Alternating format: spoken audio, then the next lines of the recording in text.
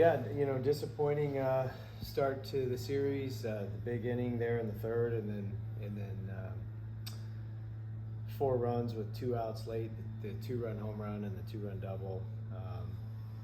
Credit to Notre Dame. They kept the pressure on. They got the timely hits. They capitalized on 3 walks and an error in the third to score 6. But I just thought they outplayed us. We outside of a couple of bright spots like Rob Hughes coming in and getting 6 outs for us, 6 up, 6 down. We just didn't have a lot of positives tonight. But we've been here before, and we'll have to come back tomorrow and even this thing up. But I know our team will respond. We always do, and we're going to need it tomorrow. It's a good opponent.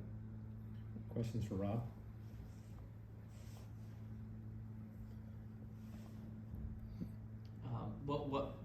Just tell me a little bit about tonight and what was working for you out there. Coach was talking about that. Before I went in, Coach Bellinger and I talked about what was just working in the bullpen, and he said change-ups working. So Coach Bellinger wanted to throw a lot of change-ups, so that's what we went with, and just try to keep it low and hoping they hit it to the guys behind me, which they're all great fielders, and it's very comfortable out there with them behind me. What's y'all's mentality going into tomorrow? Not just as a team, but also for the bullpen too, because so many of you guys had to pitch tonight. I think it's just go home, readjust, get ready to play again tomorrow. That's really all you can do. Any other questions for Rob? All right, thank you, Rob. Coach, you mentioned the third inning.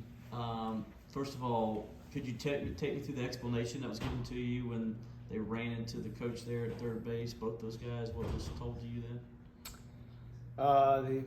The explanation was that it wasn't intentional, so there was a subjective ability to determine if it was intentional or not. And I guess I don't quite understand. You don't see that play very often, so my understanding was if the base coach interferes, but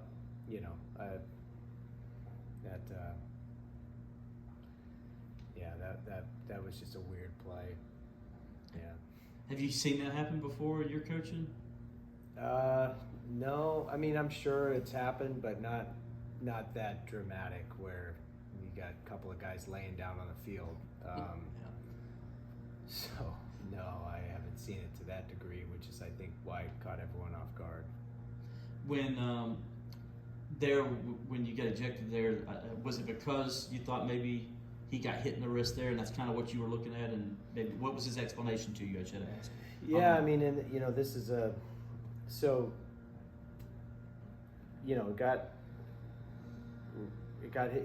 Billy got hit in the hand, and the call was foul ball. So the system we have is challenge it, and if there's compelling evidence, then it gets overturned. If not, the call stands. And so I understand that part of it. I totally get that part of it. I was more coming from just look at his hand, and it had already turned black and blue, and you could clearly see the mark on his hand. So that was all. That's what it was about. And everybody's competing and doing their best out there, and umpires too. So it's just an unfortunate incident that ended up in an ejection. And sometimes as a coach, you're going to defend your guys, and it's just one of those things. But it's unfortunate it ended up in the way it did, but based on how replay works, I totally understand that part of it. If there wasn't compelling evidence to overturn the call, you can't overturn the call. For what does that mean? I always get confused with the rules. Can you coach tomorrow too, or is it? I don't know how that works sometimes with the ejections. I don't either. I haven't been ejected that much. I guess I have a few times, but I guess I would have to figure all that out. Okay. As far as the game itself, opportunities there, first and second inning to get some runs across. I guess that got to be kind of the disappointing part of tonight is that you weren't able to capitalize there when you had those opportunities.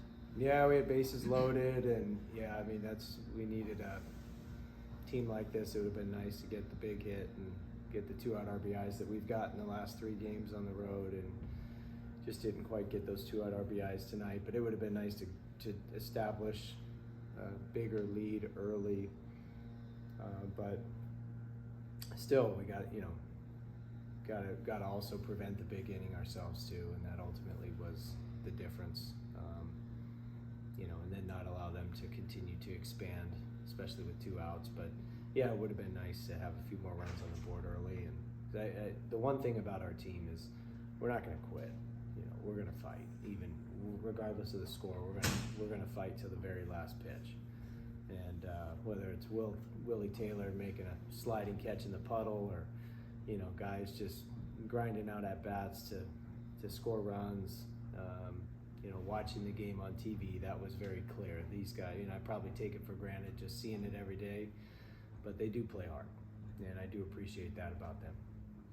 And I just wanted to ask you, because tomorrow y'all going to honor Coach Liggett and he's going to retire his number. Just could you talk a little bit about that and how special that is that you're going to get to be the coach that gets to kind of be a part of that? Yeah, I mean, I wouldn't be a coach without Coach Leggett, and there's a lot of guys over the course of the last 40-some years from Vermont to Western Carolina to Clemson that all have Coach Leggett stories and all feel like their lives have been positively changed because of Coach Leggett, and I'm one of them. And just look at the trajectory and the ripple effect of him saying yes to a 24-year-old rookie to come be a coach at Clemson in fall of 2001. I mean, I just feel indebted, and I know a lot of other people feel the same. And he's just one of those guys that helps shape you as a man and as a person. And he's so much more than just the guy you get to play for 3 or 4 years. He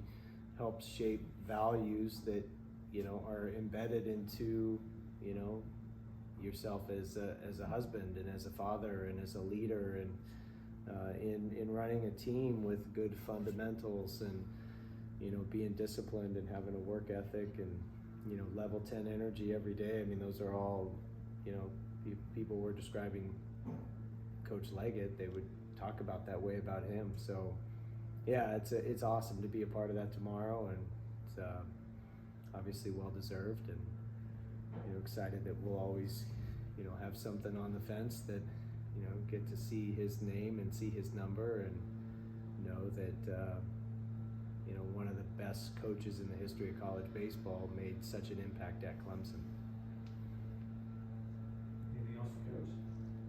Going on with Coach Leggett, just having him by your side this year, just like what has it meant for you just to have him there and advise you day in, day out? It's awesome. I love it.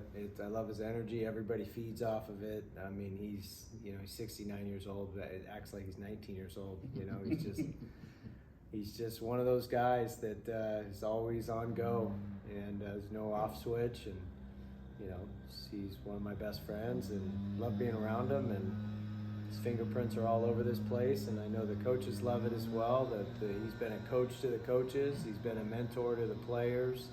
The little pregame ritual that we do, the 7 minutes with 7. He just gives them some kind of wisdom or life lesson or leadership talk for 7 minutes every game, and I know our players are going to remember his words of wisdom for the rest of their life. So it's great having him back. It's great feeding off his energy, and he's worth his weight in gold, that's for sure. Now what? Sorry, I was gonna say, is he gonna jump into the pile tomorrow and do a slide or something? He might have to, yeah. Yeah, that might be exactly what we need. Freshman Cam Canarella, another solid performance at the plate, 3 for 4 on the day. What separates him from just other young guys around the country, you think?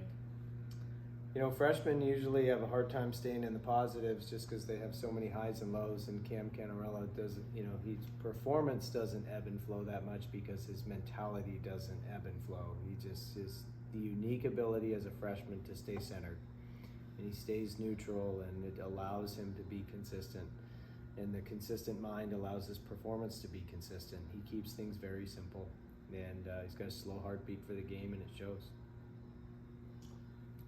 All right, thank you, guys. All right, thank you guys.